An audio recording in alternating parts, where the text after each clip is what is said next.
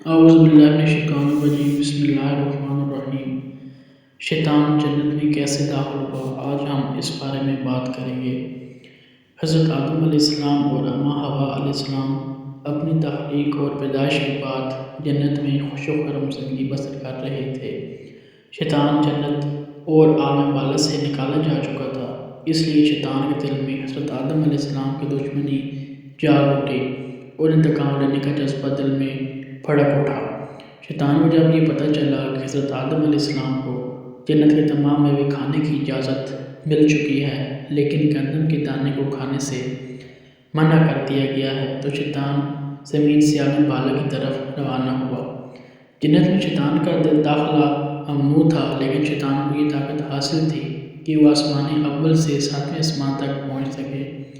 وہ جنت کے دروازوں پر بنے یاقوت سرخ کے 2 چبوتروں میں سے ایک پر بیٹھ گیا اور 300 سال تک انتظار کرتا رہا کہ کوئی جنت سے باہر آئے اور اسے اپنے مطلب کی بات کرے۔ اچانک مور نمودار ہوا۔ اس کو دیکھتے ہی شیطان بہت خوش ہوا اور اسے کہنے لگا کہ اے خوشنما پرند، تم کون ہو؟ مور نے جواب دیا، میں مور ہوں۔ مور نے کہا کہ تم اپنا تعارف کرو۔ شیطان نے کہا کہ میں فرشتہ ہوں اور ایک لمحے کے لیے بھی اللہ کے ذکر سے غافل نہیں ہوتا۔ میں چاہتا ہوں کہ جنت کے اندر جاؤں اور وہاں کے نعمتوں کا اپنی آنکھوں سے مشاہدہ کروں۔ اگر تم مجھے جنت کے اندر لے چلو تو میں تمہیں 3 باتیں بتاؤں گا جس کے صلے میں تمہیں ابدی زندگی حاصل ہو جائے گی۔ اس کے علاوہ تمہیں بڑھاپا اور بیماری بھی نہیں آئے گی اور تم ہمیشہ جنت میں رہو گے۔ لالچ میں آ کر مور نے کہا کہ مجھ میں تو اتنی طاقت نہیں ہے کہ میں تمہیں جنت میں لے جاؤں، لیکن ایک سانپ میرا دوست ہے، وہ شاید تمہاری کوئی مدد کر سکے۔ یہ کہہ کر مور سانپ کے پاس آیا اور سارا معجزہ سنایا۔ سانپ بھی شیطان کی گفتگو سے بہت خوش ہوا اور اسے اپنے منہ میں چھپا کر جنت میں داخل ہونے میں کامیاب ہو گیا اور شجرہ ممنوعہ کے پاس پہنچا دیا۔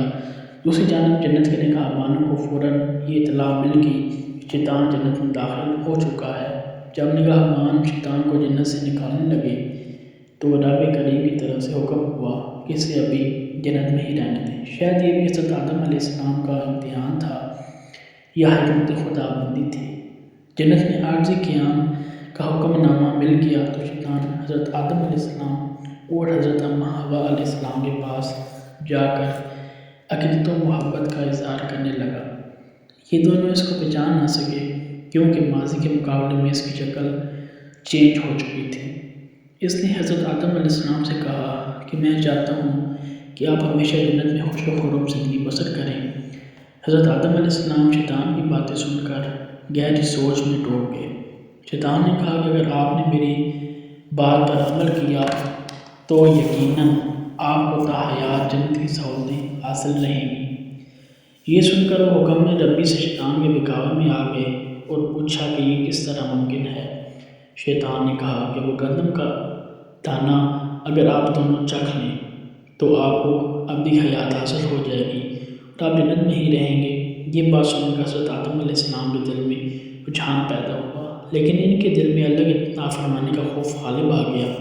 جبکہ اماں حوا شیطان کی باتوں میں آ گئیں اور ان کے کہنے پر دونوں نے اس شجرہ ممنوعہ کو چکھ لیا، جس سے دونوں بے لباس ہو گئے۔ پھر اللہ کے حکم سے فرشتوں نے حضرت آدم علیہ السلام کو سری لنگا کے قریب اور اماں حوا علیہ السلام کو جنت کی سرزمین پر جا اتارا۔ شیطان کو جنت سے حضرت آدم علیہ السلام کو سجدہ نہ کرنے پر نکالا گیا تھا۔ جنت میں ہر آسائش موجود تھی، پر حضرت آدم علیہ السلام تنہا رہتے تھے۔ پھر اللہ تعالیٰ نے ان کی تنہائی کو ختم کرنے کے لیے ان کی پسلیوں سے اماں حوا کو پیدا فرمایا۔ دونوں ایک ساتھ رہنے لگے۔ اللہ تعالیٰ نے انہیں ایک خاص پھل کے قریب جانے سے منع فرمایا اور کہا کہ اگر تم نے اسے کھایا تو ظالموں میں شمار ہو جاؤ گے، لیکن شیطان کے بہکاوے میں آ کر حضرت آدم اور اماں حوا علیہ السلام نے وہ پھل کھا لیا، جس کی وجہ سے اللہ تعالیٰ نے انہیں جنت سے نکال کر زمین پر بھیج دیا۔